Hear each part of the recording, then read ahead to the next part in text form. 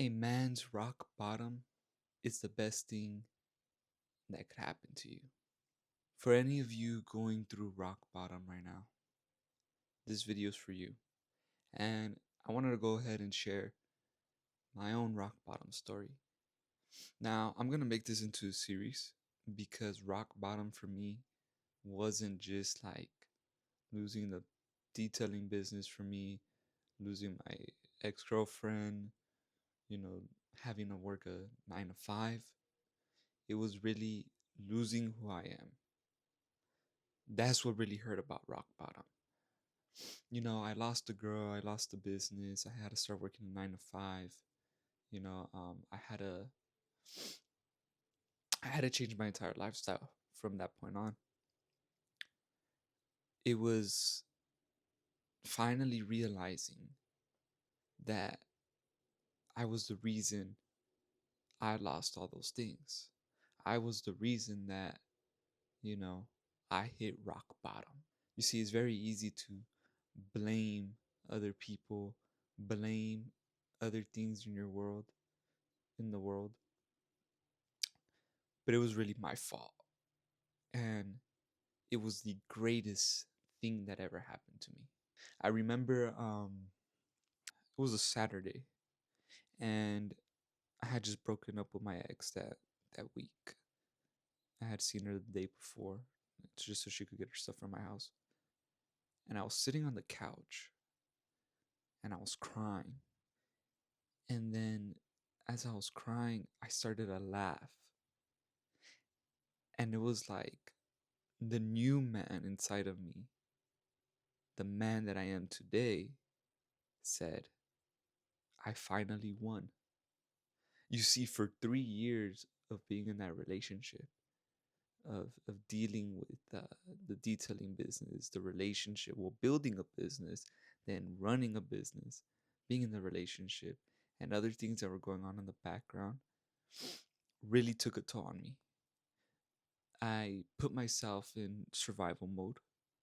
I put an immense amount of pressure on myself.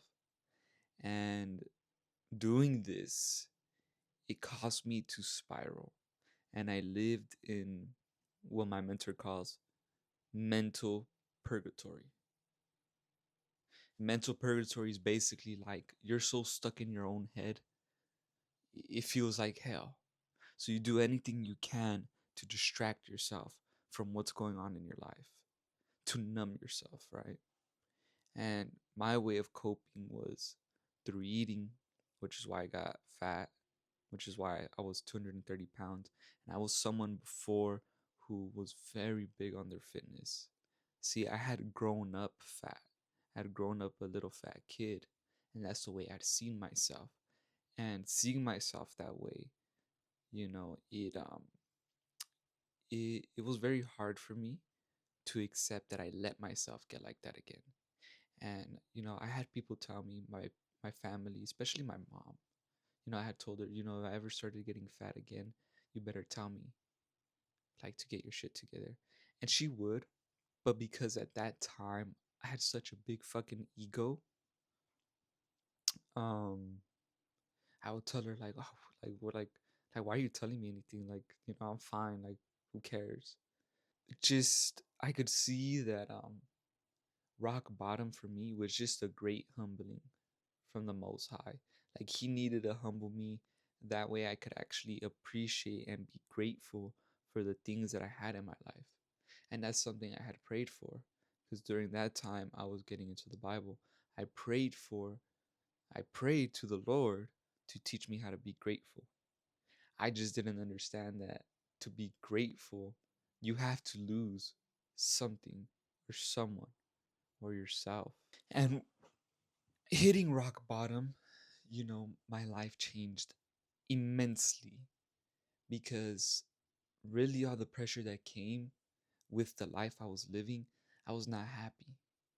I had the business and I had finally proven myself to my family that I could run a business, because a lot of the pressure that came was from them. Was that, why aren't you going to school? Because I dropped out college. I dropped out of college. Why aren't you going to school? You could find a career and, you know, And I would think to myself, well, shit, like, I'm gonna do it. I'm gonna prove y'all wrong. Like, I don't care what y'all say. I'm 18. Doesn't mean that I don't know what I'm doing.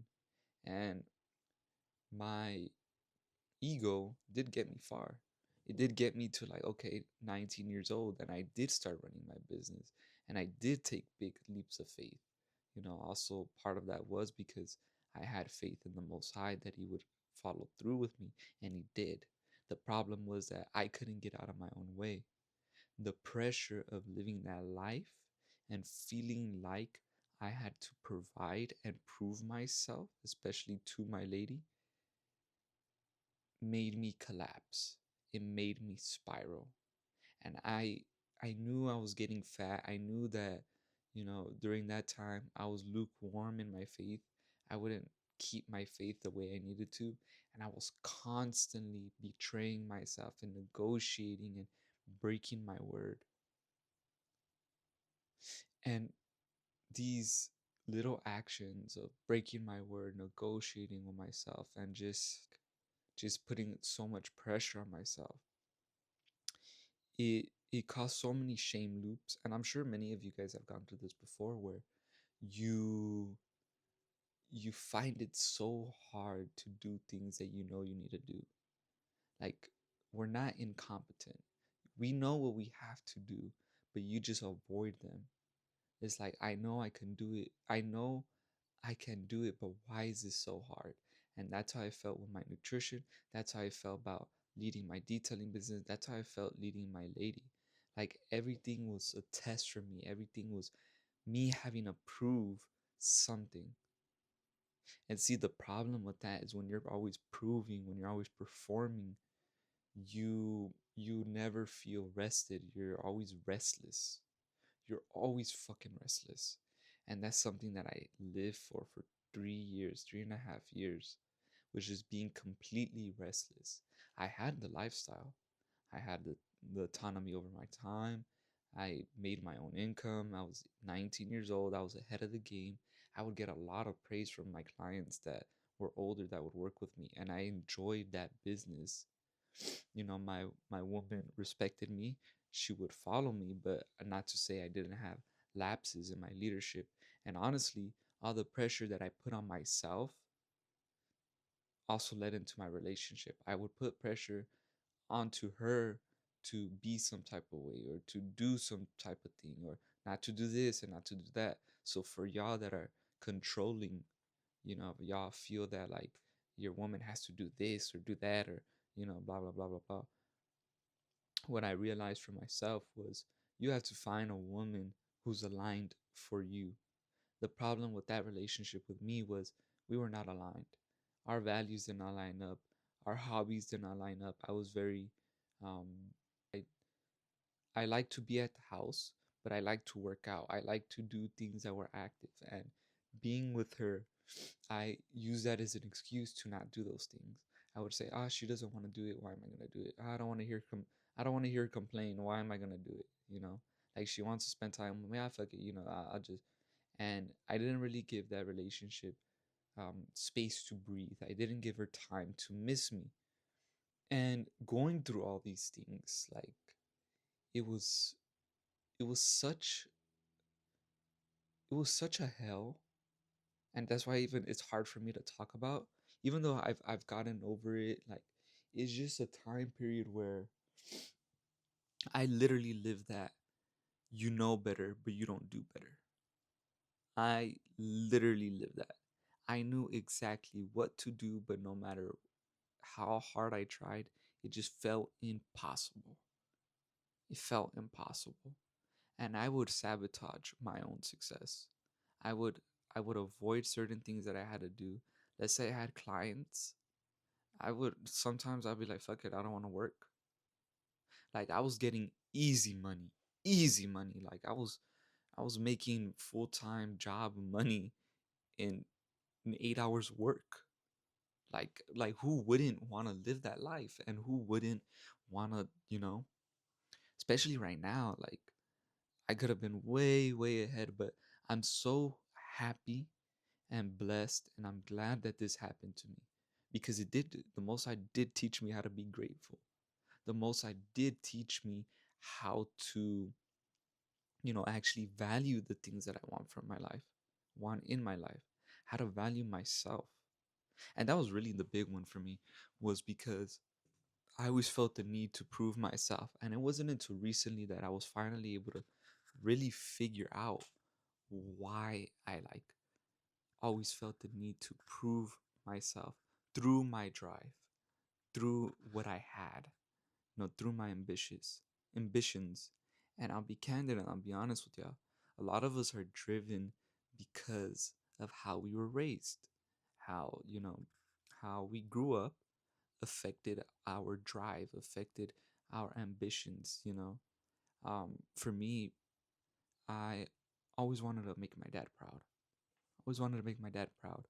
So I had the mentality, because he is an immigrant, he's Mexican, that he came over here and made his life better, so, and sacrificed his dreams, that way he could,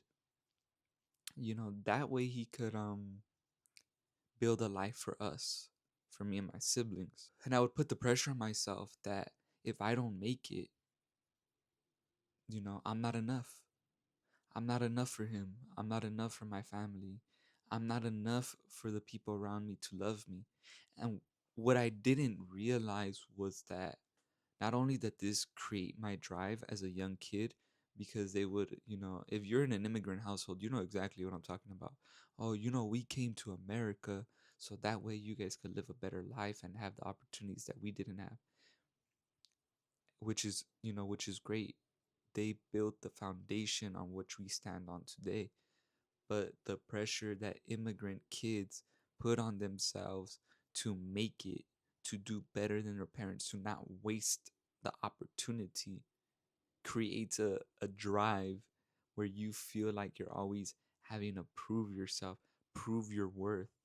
Your worth is conditional. It becomes like, if I'm not successful, I'm a failure. I'm not worthy enough to be loved. And rock bottom for me was the loss of myself. It was the self betrayal that I put myself in for 3 years, that it made me lose who I am. I did not know who I was anymore after that relationship. I Before that, I always thought I was competent. I always thought, I was courageous and bold, and I didn't have problems, to like go after what I wanted and initiate. I've always been an initiator. I always done whatever it takes. But after the breakup is really when things started to change, and I realized I was at rock bottom. See, you don't hit rock bottom once things happen.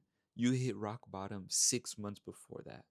And you know what? It lines up perfectly, because 6 months before that, I stopped my Facebook ads for my detailing business because I wanted more money. But see, that was so stupid because I didn't have another income. And really, what was going on was I was tired of the business. I was tired of feeling restless, really, because I kept lying to myself. I kept betraying my word. I just couldn't live with myself. I wasn't happy anymore. I wasn't happy with myself. I wasn't happy with my relationship. I wasn't happy being fat. I wasn't happy running the business. I wasn't happy with the money I was making. I was tired of putting myself in fucking survival mode, feeling like I have to make it.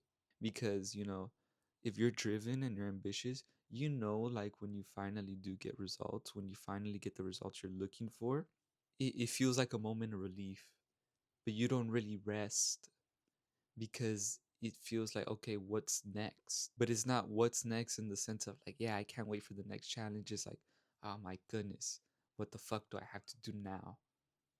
Like, how do I have to prove myself now? Like, what do I have to do?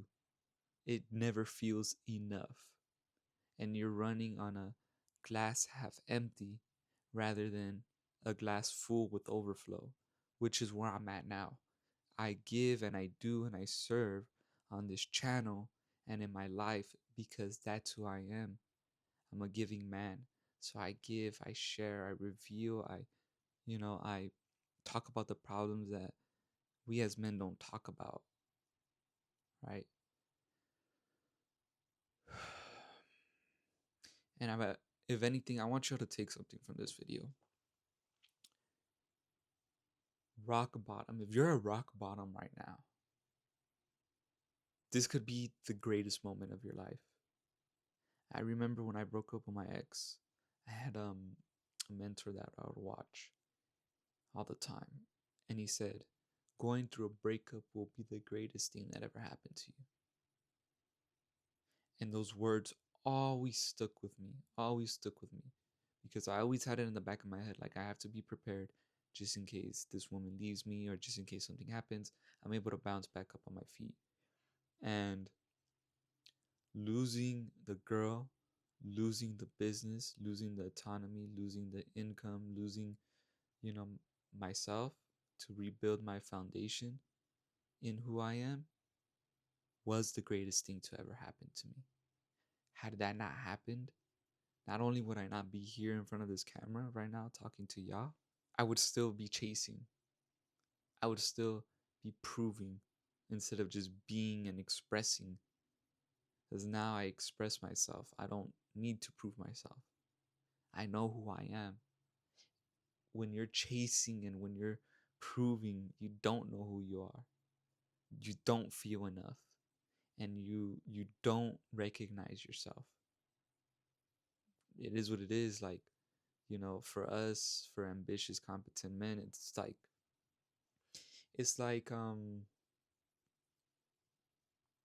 winning feels good for a moment and then it leaves.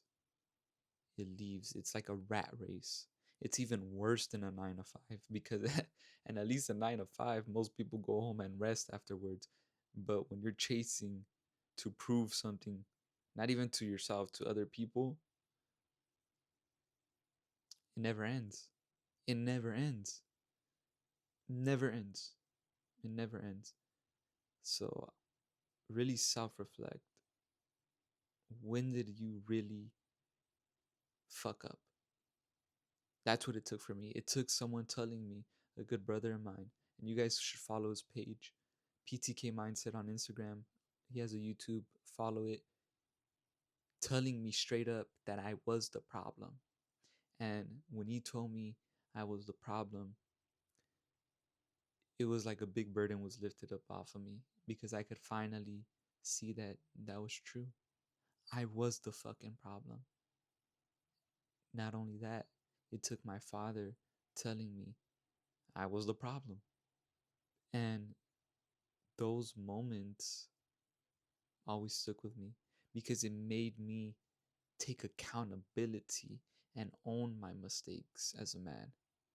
A lot of us, at least back then, I used to say, like, I would be so afraid to fail and make a mistake, thinking it was like the end of the world. And I would avoid having certain conversations for fear of, confrontation, fear of failure, fear of, you know, that it would just make me avoidant